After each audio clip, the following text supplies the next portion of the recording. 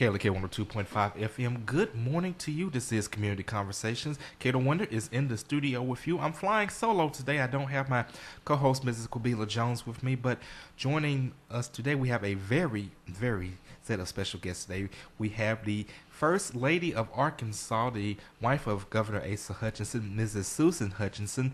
She is joined by Mrs. Elizabeth Pulley. They are with the Children's Advocacy Center of Arkansas. Mrs. Pulley is the executive director of the CACA. So I'm just thrilled to have these ladies joining us in the studio today. Ladies, how are you doing today? Great. All right, so let's just go ahead and kind of start with a little brief introduction about yourselves. We'll start with First Lady. Just tell us a little bit about yourself and your background and how you got involved with the CACA. Well, I'm one of 7 kids and grew in a happy home, a Christian home, and always felt loved and taken care of and no problems. My parents had sad childhoods, and I had a girlfriend who had bad things happen to her in her childhood, and she shared that with me as grown women, moms, soccer moms. And I discovered children's advocacy centers help children that went through things that my girlfriend did. And I discovered that it was a good way to help children resolve those issues, to be safe, to heal, and to flourish if we could have more children's advocacy centers throughout the state of Arkansas. So obviously this is very personal to you. I know like on the national level, like the First Lady of the United States will always have a pet issue that she takes up during the administration of her husband. So I guess you're kind of doing the same thing under your husband's administration. This is your pet cause. This is the thing that you feel very strongly about. Well, the difference is I was doing this long before he was elected governor. We were up there in northwest Arkansas, and a friend told me about the Children's Advocacy Center there in Rogers, and I thought, oh, if only my girlfriend had had this when she was a child. And I quickly volunteered to be on their board and worked with them to expand services, to have people know that we're out there, what we do, how we can help children who have suffered abuse, crimes against their bodies, and how we can get their story told to the prosecutors and for the investigators to do their jobs and rescue these children from such crimes. And then the CAC Center can talk with the children and help them heal from that with a physical exam, as well as thinking it all through and do the counseling long term, so they're not burdened with those nightmares and they can regain their innocence and happiness. Well, that's certainly great, and we definitely commend you for your work that you are doing with this organization. Let's bring it back to Mrs. Pulley. Now, tell us a little bit about yourself and how you got involved with this. Well, I started as the executive director of the Children's Advocacy Centers of Arkansas in March, so this still is a new position that I'm coming into. My background is in higher ed, working with some nonprofits and also some volunteers, but also just having a master's in counseling and seeing the needs and working with children that have needs and trying to help coordinate and to work with them to provide additional and new services throughout the state. Now, Mrs. Pulley, you mentioned your master's in counseling. How has that background helped you in this endeavor? Mrs. Hutchinson mentioned about the counseling services that are offered to the children. So how did that background help to prepare you for this position, and how does it help you currently in the position? Well, I think working with all different types of people in this position and learning to listen to their needs with the different centers, and also to hear their needs and to know their resources that are available, but also to have that understanding of a background in counseling that kids can seek help and actually see healing from their past. And I just feel like that's really important. It has opened my eyes even more being in this organization. All right, and let's kind of touch back on just some of these specific services that the CACA offers. And of course, either one of you are free to answer that. Okay. Well, first and foremost, when an adult finds out that something's been done wrong to a child or a teenager or underage person, where do you turn? Well, you can call the hotline, the 1-844-SAVE-A-CHILD. You can call your local police, you can call your prosecutor's office, or you can find the nearest CAC, bring them to us. We'll make sure it's get reported. And the child can tell us what's been going on. We have the time, we have the training, we know how to listen, we know the appropriate questions to ask, the appropriate way, and we videotape. So the whole encounter that the child has with us is videotaped, and they can tell us everything that's been burdening them, everything that's been harming them, who's been harming them, what's been happening. That videotape is then copied, turned over to the authorities, and then we follow up with the necessary medical exam, testing that's sent off to a lab.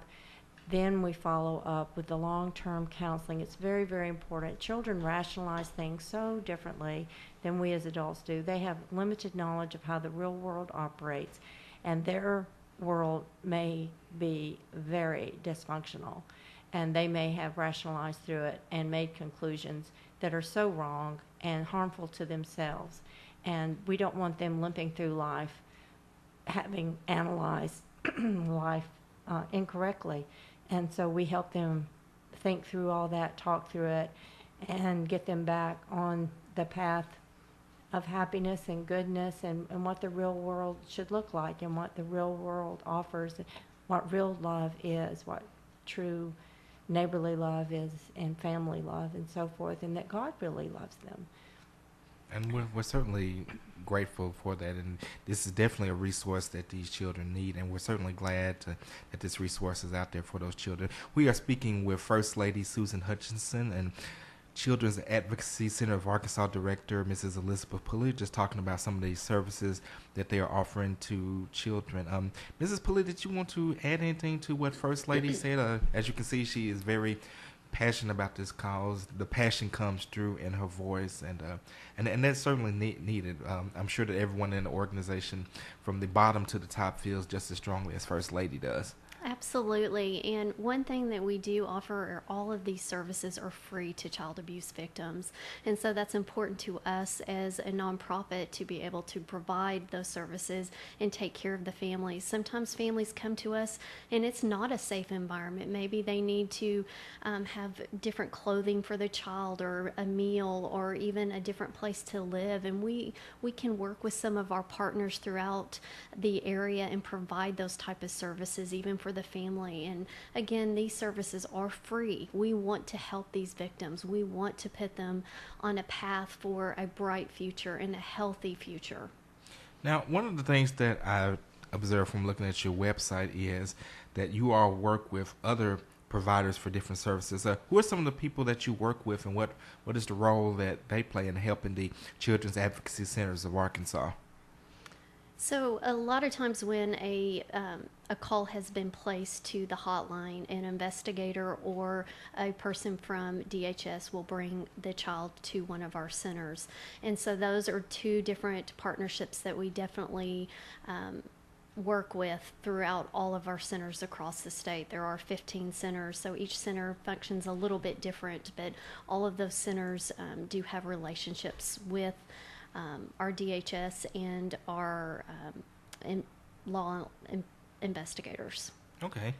And I noticed also, I did some examining of your website, and I noticed one of the sections on there was about medical exams being one of the services that is offered. What kind of exams and treatment does the CACA offer? So there are medical exams that when a victim has come in, there are times that we do need to provide a medical exam, and we have specialized medical personnel that actually will go in and do a non-invasive exam on the child, and usually it's pretty fast for the child too. But all of our centers have been trained by Dr. Karen Farce, who's a pediatrician at Children's Hospital, and her specialty is in child abuse, and we are blessed to have her as a part of our organization. So she does help kind of coordinate and train a lot of the employees throughout the state in the medical side. Now, if you have a child that comes in that needs further medical treatment, and let's say the parents don't have health insurance and they can't afford the treatment, do you work with them to get the medical treatment that they need even though they can't afford it? We work with some partnering agencies and hospitals and things like that that can help them out and refer them on. Well, that's really good because we wouldn't want for a financial situation or home situation to stop someone from getting the help that they need, especially if it's the result of a negative situation in the home. So we're definitely glad to hear that. Once again, we are speaking with First Lady Susan Hutchinson and Children's Advocacy Centers of Arkansas Director Mrs. Elizabeth Pulley, talking about some of the products and services that they offer. First Lady mentioned earlier, and I also see on the website about some of the forensic services that are offered. So kind of tell us a little bit more about that. You may have some of your CSI fans out there that they may think that y'all do that kind of stuff, but kind of let them know on a serious level what the forensic side of the CACA is all about. Well, the forensic interview is more than just talking with the child. It is a certain protocol that we follow that all of our centers are trained with. So I couldn't go in there and volunteer to talk to a child. I don't have the training. So it's a specialized talk that our people are trained with. We want to make sure that we have the truth all exposed and is there for the videotape, because our investigators, and I say ours, is the state's investigators, the state police, the DHS agents, youth services. They're the ones that do the investigation, so they need information. So we try to get to the information that the child has, and we do it in a non-threatening way. We do it in a very comfortable way. We do it in such a way that, if necessary, the videotape can be entered into the courtroom as evidence. It can also be introduced into the court for sentencing purposes. But it is really important that all the information is very clear from what the child or the teenager is telling us, and that is very, very helpful to the investigation so that they can verify all kinds of information there, gives them leads as to what all to check out. And again, that's videotaped and that's turned over to the authorities. We have no authority. We are a 501c3. We are a charity. And everything we do, I must emphasize, everything we do, we give away. The medical exam, the interview, the long-term counseling, the services as to connecting them if they need to find a shelter, if they need to have other clothes, if they need food, if they need any kind of emergency services, to get them connected with those other charities or those other state agencies that can provide for that. And it's a continuing thing. We are allowed by law to stay in conversation and in meeting with the state agency people, like the DHS agents, the deputy prosecutor's office, all of these people that are in play in the state government to look after that child and help that child. We are allowed to meet with them routinely and share information and make sure this child does not fall through the cracks, that everything this child needs is there for them so that they can start the healing. And that forensic interview is critical to start the healing. And with the child coming to us at the Children's Advocacy Center, the child is not dragged around here, there, and yonder, telling bits and pieces over and over again of what all tragic things were done to them. Instead, they can do one sit-down interview with a trained forensic interviewer, us, who will not judge them, who will not berate them, who will not discount what they're telling us. We just take it all in and videotape it and give that over to the authorities. And I'm glad that you mentioned about the special training, because I'm sure that these forensic investigators run across children who are very scared. They've been very traumatized. Some of them probably even break down crying in the interview, and it's very difficult. And imagine that they have to treat these interviews very delicately to reassure that child that, hey, we're here to help you. We're not like what you used to. We want to make it better for you. Absolutely. And by having a physical presence, having a location, we make sure it's child friendly. The young person, the child, when they walk in, they know that everything's going to be all right. that there's nice people in here who's going to treat them right, respect them, and it's not in the back of a police car. It's not over at the schoolhouse. It's not in the front driveway in the DHS agent's car. They don't know what's going to happen next. And you have to keep in mind, children oftentimes don't speak up or don't say because they've been told all kinds of things, and there's all kinds of mind control things that have been going on in their lives. And their perpetrator most likely is somebody that everybody in the family knows. 90% of the time, the assailant, the perpetrator, the bad person, is somebody they know and very well could be welcomed into the household or welcomed into the neighborhood. It can be at church, it can be at school, it can be at the library, it can be on the walk home from the bus to the house, it can be at family reunions, it can be in your scouting troop, it can be in your choir, it can be all these people that walk into your life freely, and everybody else in the world thinks they're so nice and they love kids and all this. Who's going to believe a little kid? And I can definitely understand. We are.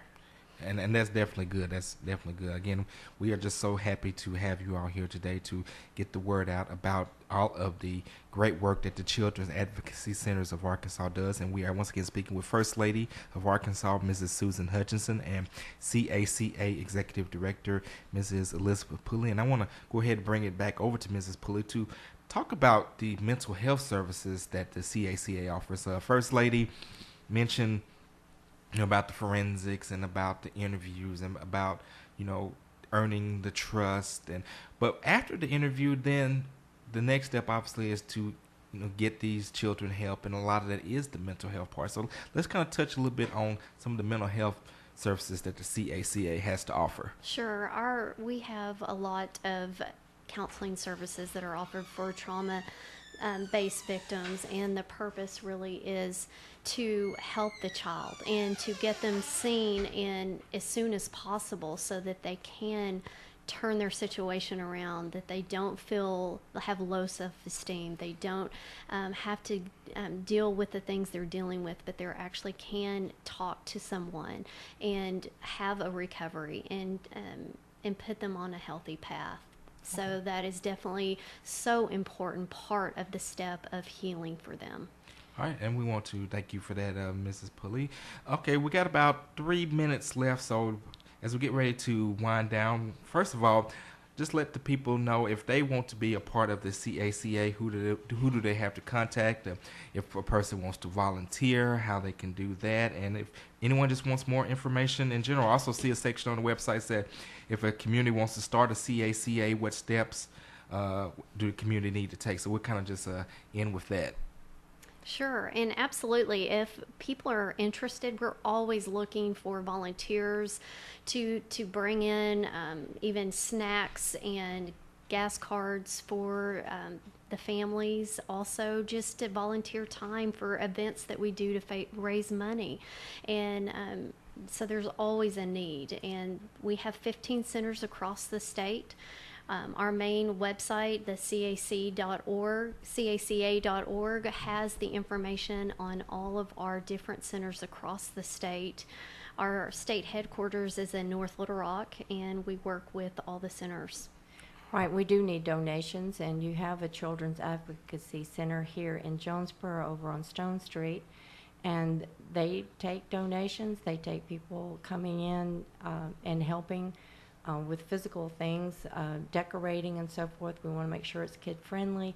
There's different items that we need for the children to be able to do, the teenagers to be able to do while they're waiting. And so oftentimes they come in with other siblings, and they need to be occupied while their loved one is being ministered to and taken care of. But the funding is really important. We even have a statewide fundraiser with Ms. Lizanne Rockefeller we are honoring this year, and that is bringing in money to help fund and help us to expand other centers elsewhere and to start up money. And Elizabeth Pulley is at your disposal to come in and help and guide you in starting one or strengthening one. All right, once again, we want to thank First Lady Susan Hutchinson and Mrs. Elizabeth Pulley, the Children's Advocacy Center of Arkansas Executive Director, for stopping by the studio today. We thank these ladies for their time and thank them as well as everyone involved with the CACA for all of the great work that they do on behalf of children. And once again, if you would like to either donate or volunteer or just want more information in general about the CACA, that website is caca.org. Once again, that website is caca.org. Once again, we want to thank you ladies for stopping by the studio today. And if you hotline 1-844-SAVE-A-CHILD. All right, don't give the number one more time. 1-844-SAVE-A-CHILD. All right, and once again, thank you ladies for coming. This is Community Conversations, and this is KLEK 102.5 FM.